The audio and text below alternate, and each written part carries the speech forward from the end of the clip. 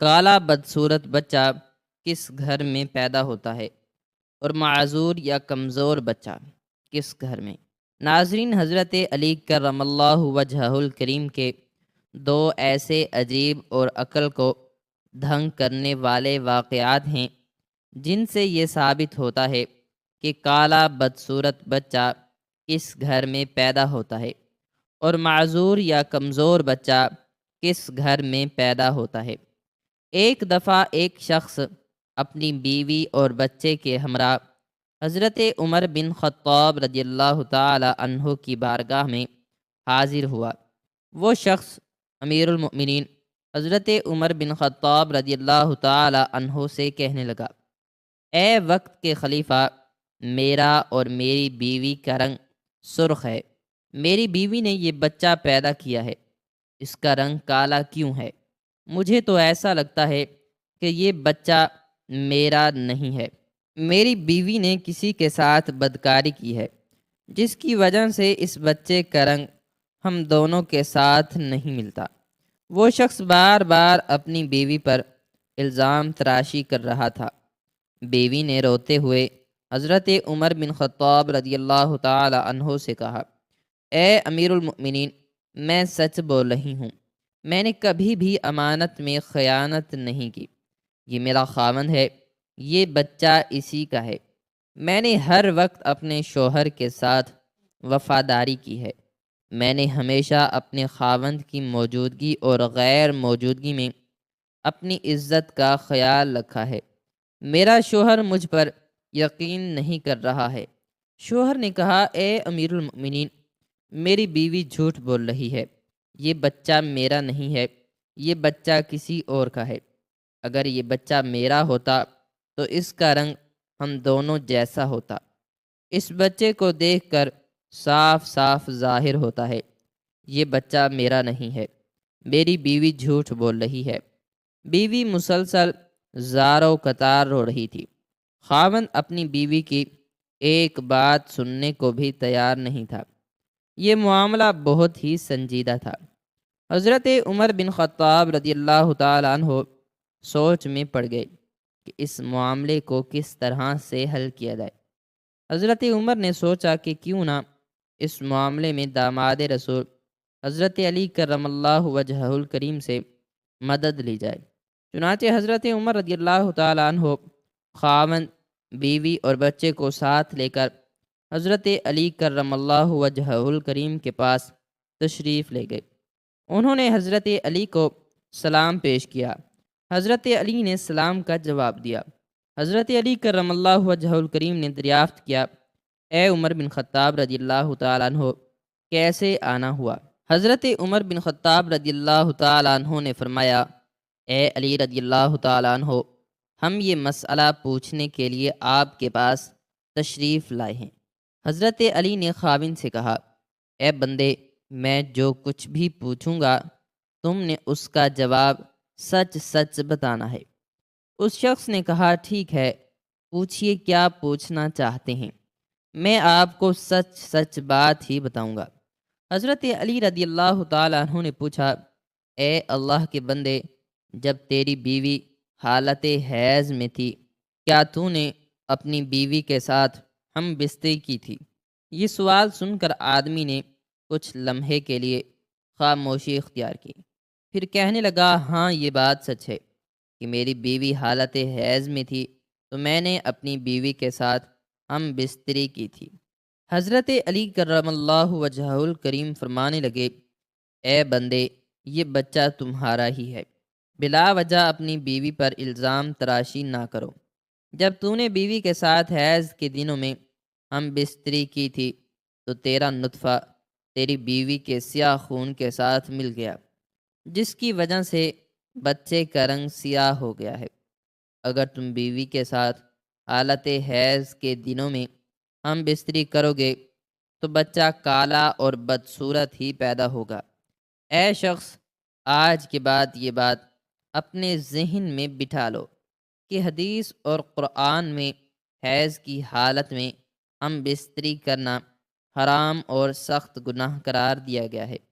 اگر کوئی بندہ اس بات کا علم رکھتے ہوئے بھی اپنی بیوی کے ساتھ ہم بستری کرتا ہے، اللہ تعالیٰ ایسے بندے سے سخت ناراض ہو جاتا ہے اور وہ بندہ جلد ہی اللہ تعالیٰ کی سخت پکڑ میں آ جاتا ہے۔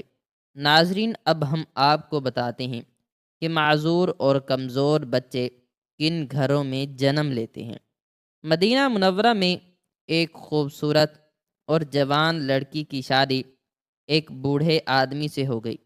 شادی کی پہلی رات میاں بیوی نے ہم بستری کی۔ اتفاقاً شوہر کا اسی رات وصال ہو گیا۔ دلہن حاملہ ہو چکی تھی۔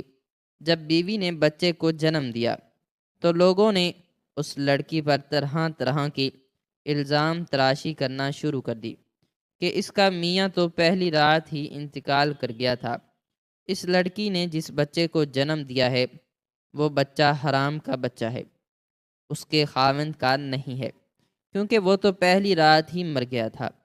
پھر یہ بچہ کیسے پیدا ہو گیا ہے؟ اس بوڑھے کی یہ دوسری شادی تھی۔ اس بوڑھے کا پہلی بیوی سے ایک لڑکا تھا۔ اس لڑکے نے اپنی سوتیلی ماں پر الزام لگانا شروع کر دیا۔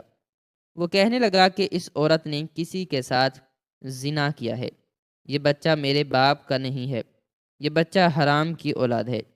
یہ الزام میں پیش پیش سوتیلا بیٹا تھا، کیونکہ وہ چاہتا تھا کہ کسی طرح دنیا والے یہ مان لیں کہ یہ بچہ میرے والد کا نہیں ہے، بلکہ اس عورت کی حرام کاری کا نتیجہ ہے، تاکہ والد کی ساری وراثت کا حقدار میں ہی ٹھہروں، کہیں یہ بچہ میرے برابر کا شریک نہ ہو جائے۔ اس وجہ سے بوڑھے کے بڑے بیٹے نے اپنی سوتیلی ماں پر الزام تراشی کی کہ میرا باپ تو شادی کی پہلی رات ہی مر گیا تھا، تو یہ بچہ کہاں سے آ گیا ہے؟ دیکھتے ہی دیکھتے وہ بچہ 4 سال کا ہو گیا اور چلتا چلتا یہ معاملہ بھی قاضی کی بارگاہ میں پہنچ گیا۔ بوڑھے کے بڑے بیٹے نے قاضی سے کہا، اے قاضی محترم، میرا باپ تو شادی کی پہلی رات ہی مر گیا تھا، یہ بچہ میرے باپ کا نہیں ہے۔ اس عورت سے پوچھا جائے کہ یہ بچہ کس کا ہے، میں اس بچے کو اپنا بھائی ماننے کو تیار نہیں ہوں۔ سوتیلا بیٹا کچھ گواہوں کو اپنے ساتھ لے کر آیا تھا۔ گواہوں نے بھی یہی گواہی دی کہ اس کا باپ تو پہلی رات ہی مر گیا تھا، یہ بچہ اس کا بھائی نہیں ہے۔ یہ باتیں سن کر قاضی کو یقین ہو گیا کہ یہ بچہ عورت کی بد چلنی کا نتیجہ ہے۔ چنانچہ قاضی صاحب فیصلہ کرنے ہی والے تھے کہ حضرت علی عدالت میں تشریف فرما ہوئے۔ جب حضرت علی نے یہ سارا قصہ سنا تو حضرت علی نے بڑے بیٹے سے سوال کیا، اے بچے، یہ دونوں میاں بیوی کتنا عرصہ اکٹھے رہے تھے، اور جس بچے کو تم اپنا بھائی ماننے کو تیار نہیں ہو وہ بچہ کہاں ہے؟ بڑے لڑکے نے جواب دیا، اے علی، وہ بچہ اس وقت ہمارے پاس نہیں ہے۔ حضرت علی نے کہا کہ تم کل اس بچے کو اپنے ہمراہ یہاں لانا، کل انشاءاللہ تعالی تمہارا فیصلہ ہو جائے گا۔ اگلے دن وہ لڑکا اپنے سوتیلے بھائی کو ساتھ لے کر آیا اور کہنے لگا، یا علی، یہی وہ بچہ ہے جس کو میں اپنا بھائی تسلیم نہیں کرتا۔ حضرت علی نے جب بچے کو دیکھا تو فرمانے لگے، میں ابھی آپ کا فیصلہ کر دیتا ہوں۔ حضرت علی نے کچھ اور بچوں کو بلایا اور ان سے فرمایا، جاؤ باہر جا کر کھیلنا شروع کر دو۔ چند لمحوں میں وہ بچوں نے آپس میں کھیلنا کودنا شروع کر دیا، ایک دوسرے کے ساتھ مستیاں کرنا شروع کر دی تھیں۔ حضرت علی بچوں کو کھیلتے ہوئے بڑے غور سے دیکھ رہے تھے۔ کچھ دیر کے بعد حضرت علی نے بچوں کو بلایا اور فرمانے لگے، سب بچے ایک جگہ پر بیٹھ جاؤ۔ سب بچے حضرت علی کے پاس آ کر بیٹھ گئے۔ اس کے بعد حضرت علی نے سب بچوں کو ایک ساتھ کھڑے ہونے کا حکم دیا تو سب بچے ایک ساتھ کھڑے ہو گئے۔ مولا علی ان بچوں کو بڑے غور سے دیکھ رہے تھے۔ حضرت علی نے دیکھا کہ یہ سب بچے بڑی آسانی کے ساتھ کھیل رہے ہیں، بیٹھ رہے ہیں اور کھڑے ہو رہے ہیں۔ ان کو کھیلنے، بیٹھنے، اٹھنے میں کوئی دقت نہیں ہو رہی ہے۔ حضرت علی نے دیکھا کہ جس بچے پر الزام لگایا جا رہا ہے اس بچے کو بیٹھنے اور اٹھنے میں کافی دقت ہو رہی ہے۔ آپ نے فیصلہ یہ سنایا کہ یہ بچہ اسی بوڑھے شخص کا ہے، کیونکہ اس بچے میں کچھ کمزوریاں ہیں جس کو دیکھ کر یہ ظاہر ہوتا ہے کہ یہ بوڑھے باپ کا بچہ ہے، باقی سب بچوں کو کسی قسم کی دقت نہیں ہو رہی ہے، وہ بآسانی چلتے پھرتے اور کھیلتے ہوئے نظر آتے ہیں، ان میں کوئی کمزوری نظر نہیں آ رہی، کیونکہ وہ جوان باپ کی اولاد ہیں۔ یا صبوح یا قدوس، رات کو یہ وظیفہ پڑھ کر سو جاؤ، صبح اپنی آنکھوں سے دعا کو قبول ہوتے دیکھو گے۔ حاجت اور مقصد پورا نہ ہو، ایسا ہو ہی نہیں سکتا۔ فرمان مصطفیٰ صلی اللہ علیہ وآلہ وسلم ہے، اس شخص پر اللہ نظر رحمت نہیں فرماتا جو راستوں پر پانی چھوڑ دیتا ہے، جس سے گزرنے والوں کو تکلیف ہوتی ہے۔ حضرت ابو بکر صدیق رضی اللہ تعالیٰ عنہ کے پاس ایک کوا لایا گیا۔ آپ رضی اللہ تعالیٰ عنہ نے فرمایا کہ شکار تب پکڑا جاتا ہے جب وہ ذکر الہی سے منہ پھیرتا ہے، اس لیے ہمیں بھی چاہیے کہ ہم ذکر الہی سے اپنی زبان کو تر رکھیں، اور جو شخص ذکر اللہ کرتا ہے اس کی تمام حاجات پوری ہو جاتی ہیں، اور اللہ اس کی زندگی سے مصائب و مشکلات کا خاتمہ فرماتا ہے۔ آپ بھی ایک دن کے اس شاندار وظیفے پر عمل کریں اور اپنی حاجات و مناجات کو پورا ہوتا دیکھیں۔ عمل اور ضروری ہدایات: یہ وظیفہ آپ نے بعد نماز عشاء کرنا ہے، اور اس تسبیح کو 313 مرتبہ پڑھنا ہے، اور 5 مرتبہ درود پاک پڑھنا ہے۔ آخر میں اللہ پاک سے دعا مانگنی ہے۔ اس عمل کو ایک روز کرنا ہے، انشاءاللہ اللہ کے حکم سے آپ اپنی دعائیں اپنی آنکھوں کے سامنے پوری ہوتی دیکھیں گے۔ قرآن و حدیث میں نیک اعمال کی جانب ترغیبات سے بدیہی طور پر یہی بات سمجھ میں آتی ہے کہ اعمال صالحہ کی وجہ سے آخرت میں کامیابی ہو جائے گی اور انسان جنت میں پہنچ جائے گا۔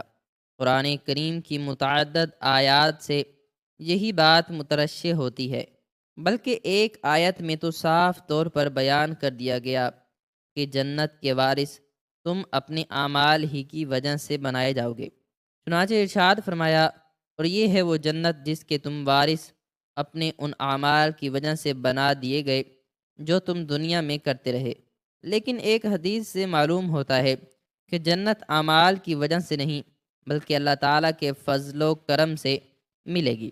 حضرت عائشہ صدیقہ رضی اللہ تعالیٰ عنہ نے حضور اکرم صلی اللہ علیہ وآلہ وسلم سے پوچھا، کیا کوئی بھی شخص اللہ کی رحمت کے بغیر جنت میں داخل نہیں ہوگا؟ آپ صلی اللہ علیہ وآلہ وسلم نے فرمایا، ہاں، کوئی بھی شخص اللہ کی رحمت کے بغیر جنت میں داخل نہیں ہوگا۔ اور یہ بات آپ صلی اللہ علیہ وآلہ وسلم نے 3 مرتبہ فرمائی۔ حضرت عائشہ صدیقہ نے پھر سوال کیا، یا رسول اللہ، کیا آپ بھی اللہ کی رحمت کے بغیر جنت میں نہیں جائیں گے؟ حضور صلی اللہ علیہ وآلہ وسلم نے اپنے سر اقدس پر دست مبارک رکھ کر فرمایا، ہاں، میں بھی نہیں جاؤں گا، الا یہ کہ اللہ تعالیٰ مجھے اپنی رحمت میں ڈھانپ لیں۔ اور یہ بات بھی آپ صلی اللہ علیہ وآلہ وسلم نے 3 مرتبہ ارشاد فرمائی۔ آخرت میں اللہ تعالیٰ کی عدالت لگے گی اور میزان عدل قائم کر دی جائے گی، لیکن نجات عدل سے نہیں، فضل سے ہوگی، اس لیے کہ ہمارے بیشتر اعمال نیت کی کسی نہ کسی کھوٹ کی وجہ سے پہلے ہی مرحلے پر ضائع ہو جائیں گے۔ ہم جن اعمال پر بھروسہ کیے ہوئے ہوں گے ان میں نیت کا کوئی ایسا پوشیدہ فساد نکل آئے گا جس کی وجہ سے ہمارا ہر عمل برباد ہوتا چلا جائے گا۔